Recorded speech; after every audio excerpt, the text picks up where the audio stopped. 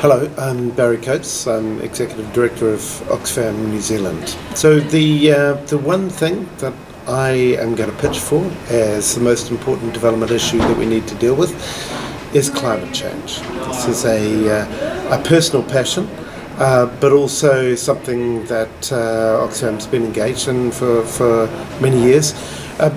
Why? Because unchecked climate change will have the potential to unwind development progress achieved over the last 50 years. We're headed for a 4 to 6 degrees of average temperature rise. This would be absolutely devastating, not only to the usual kind of model of the small island state affected by sea level rise, but to low-lying areas, to agriculture across the developing world, to water supplies, to areas prone to flooding, to areas prone to new diseases coming in, and the people who have the least ability to protect themselves are those who are most vulnerable, and surprise, they're the people who are living without much income, without much assets, without social safety nets, and it's their vulnerability that we ought to be deeply concerned with as a development community. So what can we do? So for one thing, we can send the message that climate change is not just about polar bears, it's about people, and it's about people living in poverty and vulnerability.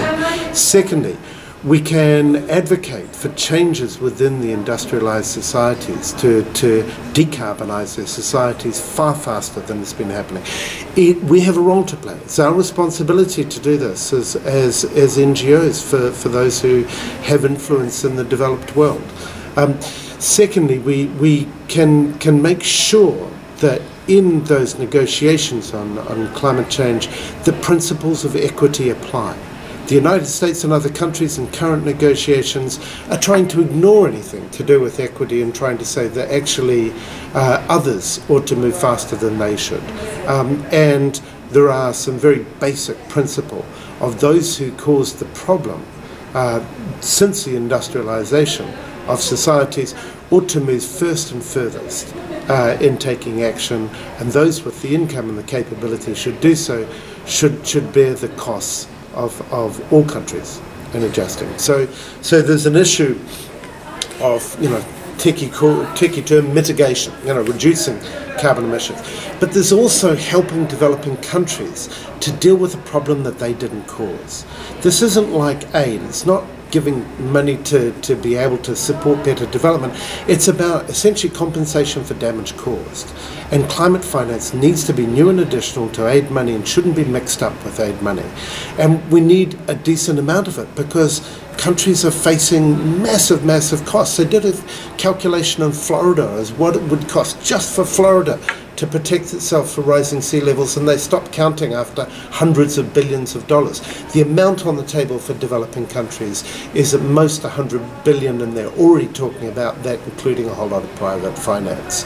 So, those are the issues that climate finance also has to be accountable, and Oxfam's done a good report on accountability by governments for climate finance, accountability to civil society, to communities, for making sure that the money coming in to developing country governments is well spent, and the governments are accountable for making sure it makes a difference. And finally, there's the adaptation work itself and the links to disaster risk reduction. This is desperately needed in terms of a whole new level of our work on building community resilience. That so far a lot of our work in development hasn't sufficiently taken into account the likely effect of changing climatic conditions and the increasing intensity and frequency of natural disasters. This has to be a context within which we do our humanitarian work, our disaster risk reduction, and our development work. So number one priority, climate change. We need to get onto it, and quickly.